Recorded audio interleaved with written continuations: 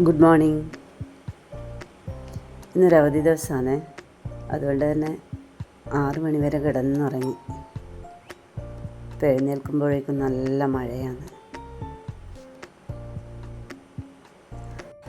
പൂരിയും വാജിക്കറിയായിരുന്നു ഇന്ന് ബ്രേക്ക്ഫാസ്റ്റിന് ഉണ്ടാക്കിയത്. സാധാരണ ഡ്യൂട്ടി ഇല്ലാത്ത ദിവസങ്ങളിൽ മാത്രമേ ഇങ്ങനെയുള്ള ബ്രേക്ക്ഫാസ്റ്റ് ഉണ്ടാക്കൂ. ഡ്യൂട്ടി ഉള്ള ദിവസം ഏതെങ്കിലും എളുപ്പത്തിലാവുന്നത് ഉണ്ടാക്കി വെച്ചിട്ട് പോവുകയോ ചെയ്യാം. വരുമാന സർട്ടിഫിക്കറ്റിനുള്ള അപേക്ഷ കൊടുക്കാനൊന്ന് അക്ഷയയിൽ പോകണം.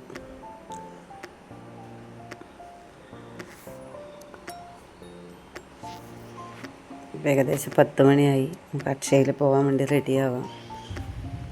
ടൂ വീലർ എടുക്കുന്നില്ല, നടന്നിട്ടാണ് പോകുന്നത്. ചെറിയ മഴയുള്ളതുകൊണ്ട് വണ്ടി എടുത്ത് പോകാൻ വയ്യ. എവിടെയെങ്കിലും പോകാൻ വേണ്ടി ഒരുങ്ങിക്കിട്ടിയാൽ 1-2 ഫോട്ടോ എടുത്തിട്ടെങ്കിൽ എനിക്കൊരു സമാധാനം ഉണ്ടാവില്ല. ഇത് അക്ഷയയിൽ കൊണ്ടുപോകാനുള്ള പേപ്പറുകൾ പരതുമ്പോഴാണ്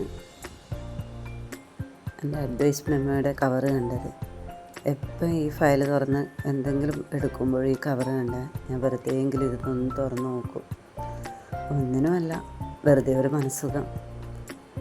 ഒരുപാട് കഷ്ടപ്പെട്ട് ഉറക്കം വെച്ച് പഠിച്ച് കിട്ടിയതായിരുന്നു ഈ ജോലി. അതുകൊണ്ട് തന്നെ എപ്പോൾ ഈ പേപ്പർ കാണുമ്പോൾ വല്ലാത്ത സന്തോഷമാണ് മനസ്സിന്. ജീവിതത്തിൽ ഏറ്റവും കൂടുതൽ അഭിമാനം തോന്നിയ നിമിഷമായിരുന്നു ഈ അഡ്വൈസ് മെമ്മോ കയ്യിൽ കിട്ടിയ ദിവസം. അതൊരിക്കലും മറക്കാൻ കഴിയില്ല ജീവിതത്തിൽ. കുറച്ച് നടക്കാനുണ്ട് കേട്ടോ അക്ഷയയിലെത്താൻ. സാരമില്ല, എല്ലാ ദിവസവും നടക്കുന്നില്ലല്ലോ. ഇന്നലെ എൻ്റെ ബസ്സിൽ കയറിയ 2 പെൺകുട്ടികൾ കണ്ടക്ടർ സീറ്റിൻ്റെ ഓപ്പോസിറ്റുള്ള സീറ്റിലായിരുന്നു. അപ്പം കുറച്ച് കഴിഞ്ഞപ്പോൾ അതിലൊരു കുട്ടി എന്നോട് ചോദിച്ചു, ചേച്ചിക്ക് ജോലി കിട്ടിയിട്ട് എത്ര കാലമായി? ചേച്ചി ജോലി കിട്ടാൻ എത്ര നാൾ പഠിച്ചു? അപ്പോൾ എനിക്ക് തോന്നി അവർക്ക് PSC യോട് കുറച്ച് താല്പര്യമുണ്ട് എന്ന്. അങ്ങനെയുള്ളവരാണ് ഇങ്ങനത്തെ ചോദ്യങ്ങൾ ചോദിക്കാറ്. ഞാൻ അവരോട് പറഞ്ഞത്, നിങ്ങൾക്ക് ഇംഗ്ലീഷ്, മാത്സ് എന്നിവയിൽ നല്ല ബേസ് ഉണ്ട് എങ്കിൽ നിങ്ങൾക്ക് അധികം കാലം ഒന്നും ഇതിനു വേണ്ടി ചിലവഴിക്കേണ്ടി വരില്ല, വേഗം കിട്ടുന്നതാണ്. ബാക്കിയുള്ള ജനറൽ നോളജും കറണ്ട് അഫെയർസും അല്ലേ അവർക്ക് പിന്നെ പഠിക്കേണ്ടതുള്ളൂ. എന്നെ സംബന്ധിച്ച് എനിക്കിതിലൊന്നും ബേസ് ഉണ്ടായിരുന്നില്ല. അതുകൊണ്ട് തന്നെ എല്ലാ വിഷയവും നല്ലോണം പഠിക്കേണ്ടി വന്നു. അതുകൊണ്ട് കുറച്ചധികം കാലങ്ങളെടുത്തിരുന്നു ഒരു ജോലി കിട്ടാൻ. പിന്നെ ഒരു ജോലി കയറണമെങ്കിൽ നന്നായി മെനക്കെടണം. ഒരുപാട് പേര് പറയും PSC ഒന്നും എഴുതിയാൽ കിട്ടൂല, എന്തിനാ വെറുതെ മെനക്കെടുന്നത്, എത്ര ആൾ എഴുതുന്നു. അതൊന്നും നമുക്ക് കേൾക്കാനേ പോകാൻ പാടില്ല. നമുക്ക് നമ്മളിൽ നല്ല വിശ്വാസം ഉണ്ടാകണം.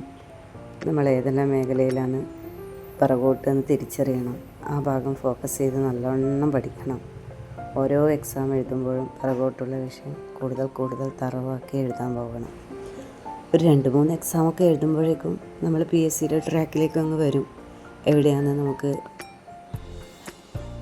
തെറ്റുന്നതെന്ന് നമുക്ക് മനസ്സിലാവും. പിന്നെ ആ ഭാഗം ഫോക്കസ് ചെയ്ത് അങ്ങ് പഠിച്ചോളാം. അങ്ങനെ ഇതാ നമ്മളെ അക്ഷയയിലെത്തി കേട്ടോ. ഒരു ചെറിയ കയറ്റം കയറണം. പൊതുവേ ഇവിടെയെല്ലാം വരുമ്പോൾ നല്ല തിരക്കാണ് ഉണ്ടാവുക. കുറേ സമയം ഇവിടെ ഇരിക്കേണ്ടി വരും. ഇന്നങ്ങനെ അധികം ആളൊന്നും ഉണ്ടായിരുന്നില്ല. അപ്പം വരുമാന സർട്ടിഫിക്കറ്റ് ആക്കാൻ വേണ്ടിയിട്ട് സാലറി സ്ലിപ്പൊക്കെ ആവശ്യമുണ്ടായിരുന്നു. അതൊക്കെ G-Sparkൽ നിന്ന് ഡൗൺലോഡ് ചെയ്ത് കൊടുത്ത് ഇവിടെ വെയിറ്റ് ചെയ്യുന്നു. മഴയൊന്ന് കുറച്ച് ഒതുങ്ങി. ഇപ്പം നമുക്ക് തിരിച്ചു പോകാനായി. കുറച്ച് മത്സ്യമൊക്കെ വാങ്ങിയിട്ടാണ് വീട്ടിലേക്ക് വന്നത്. ഇതാണ് ചെങ്ങളായി ടൗണ്. ഒരു വലിയ ടൗണൊന്നല്ല, എന്നാൽ അത്യാവശ്യം എല്ലാ സാധനങ്ങളും കിട്ടുന്ന ഒരു ചെറിയ ടൗണ്. വീട്ടിലെത്തുമ്പോഴേക്കും നല്ല വിശപ്പായിരുന്നു. 1:30 വീട്ടിലെത്തുമ്പോൾ. പിന്നെ ഞാൻ മാത്രമേ ഉള്ളൂ. അതുകൊണ്ട് തന്നെ കറിയൊന്നും വെക്കാതെ പോയത്. കുറച്ച് കഞ്ഞി മാത്രം വെച്ചിട്ട് പോയതാണ്. അതുകൊണ്ട് പുറത്ത് നല്ല മഴ പെയ്യുമ്പോൾ കുറച്ച് ചൂട് കഞ്ഞിയും ഓംലെറ്റും കൊണ്ടാട്ട മുളകും അച്ചാറെല്ലാം കൂട്ടി കഞ്ഞി കുടിച്ചു.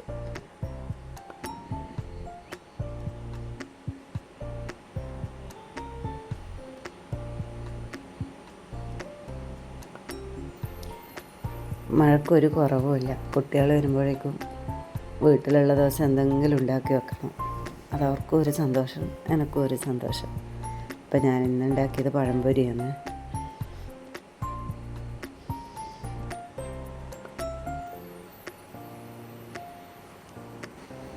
ഇങ്ങനെ പഴംപൊരിയുടെ കൂടെ കഴിക്കാൻ ഞാൻ ബ്രൂ കോഫിയാണ് ഉണ്ടാക്കിയത്.